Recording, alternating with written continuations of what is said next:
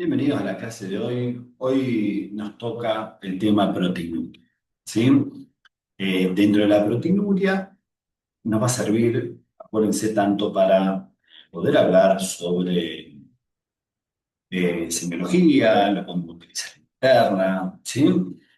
¿Qué es la proteinuria? La proteinuria es la presencia de proteínas en orina, ¿sí? Por encima de 150 miligramos cada 24 horas, ¿sí? Es una diuresis diaria. Y según los valores, nosotros podríamos separarlo en normal, microalbuminuria y macroalbuminuria. Escúcheme bien. Podemos tomar estos valores, ¿sí? Ahí tienen el cuadrito para que vean, en el cual podemos ver la cantidad de proteínas en lo que es la diuresis diaria. Podemos ver en muestras aisladas lo que es la relación albúmina-creatinina, que se mide, acuérdense, en miligramos sobre gramo. Y por otro lado, también en muestra aislada de proteína con creatinina, ¿sí? Que se mide en miligramos sobre miligramos, ¿sí?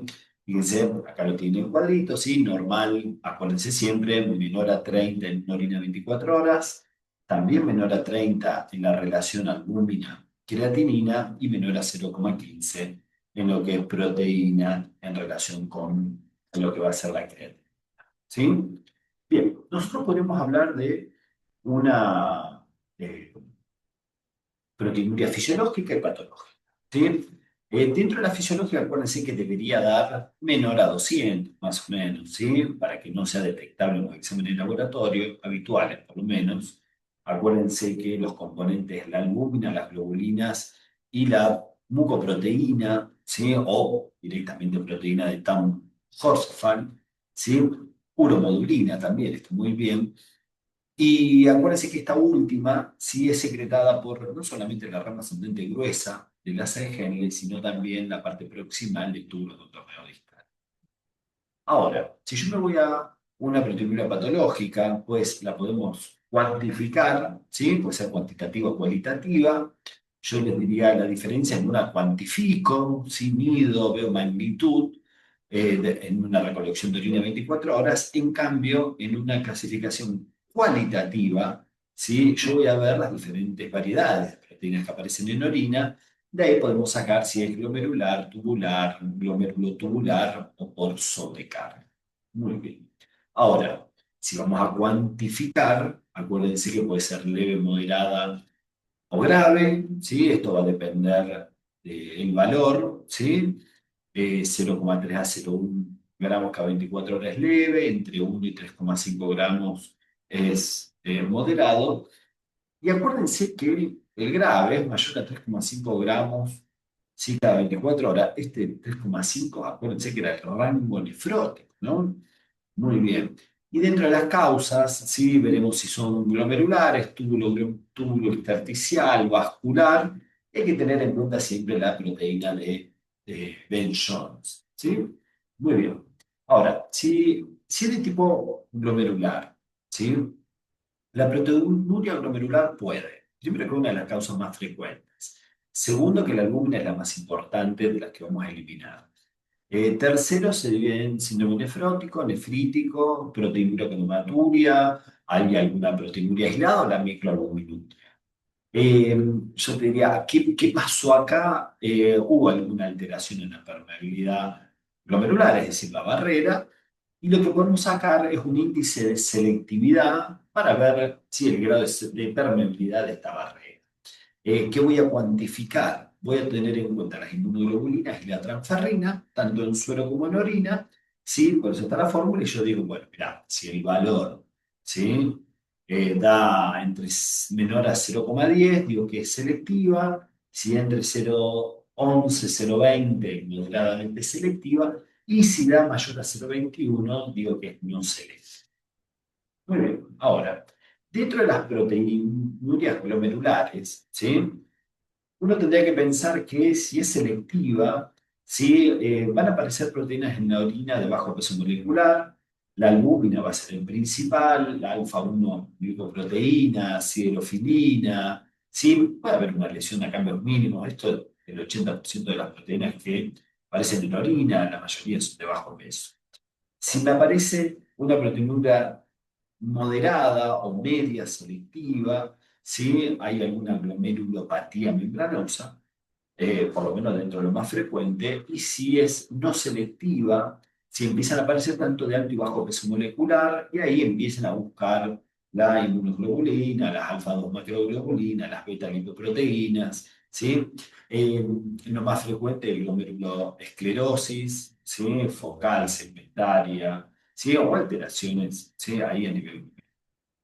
Ahora, ojo con la microalbuminuria, ¿sí? Porque esa excreción normal de albúmina tiene que aparecer entre 30 y 300 miligramos cada 24 horas. Y acuérdense que se asocia principalmente a esa glomerulosclerosis, o esa nefropatía diabética hipertensiva, ¿sí? En lo cual hay que prestarle mucha atención. En un diabético marca la microangiopatía glomerular, dislipemia, ¿sí? Esto, bueno, un diabético ya con mal control metabólico, ¿no?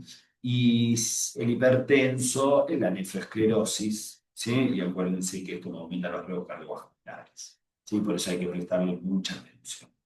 Ahora, si el problema es tubular, acá lo que nosotros vemos, el problema está en los túbulos, ¿no? El túbulo de contorno proximal, acuérdense que es el principal sitio absortivo por excelencia, y acá empiezan a aparecer, ¿sí? Proteínas de bajo peso, lisocimas, beta 2 microglobulina, las alfa microglobulina, glucagón, ¿sí? Globulinas de retinol, es decir, empiezan a aparecer varias. Acá hay varias etiologías, de las cuales las podemos dividir en congénitas, hereditarias y adquiridas. Bueno, acá les hice un cuadrito para que lo vean, ¿sí? Pero bueno, un ejemplo de congénita es el síndrome de Fanconi, ¿sí? Acuérdense que es una anemia, puede ser también una acidosis tubular renal congénita, ¿no? Dentro de las hereditarias, ojo con las enfermedades quísticas medulares, ¿sí? La cistinosis, ¿sí? Enfermedad de Wilson. Y cuando uno va a las adquiridas, ¿sí? Ojo con las pielonefritis, la nefritis por radiación, reflujo vésico uretral, a ver, alguna nefropatía obstructiva, nefritis intersticial, ojo, fármacos, ¿sí? Una causa puede ser por fármacos, ¿sí? Intoxicación con otro tipo de metales pesados, ¿sí? Sarcoidosis, sí tenemos una variedad bastante amplia.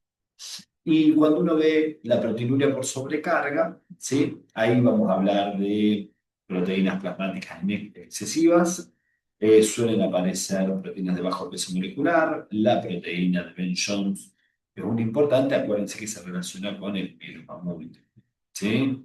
Y no solamente el mieloma, chicos, tenemos leucemia monocítica, tengo las gamapatías monoclonales, hemoglobinuria, mioglobinuria, podemos tener un proceso inflamatorio sistémico, traumatismo, ¿sí? Una etiología un poco más variada.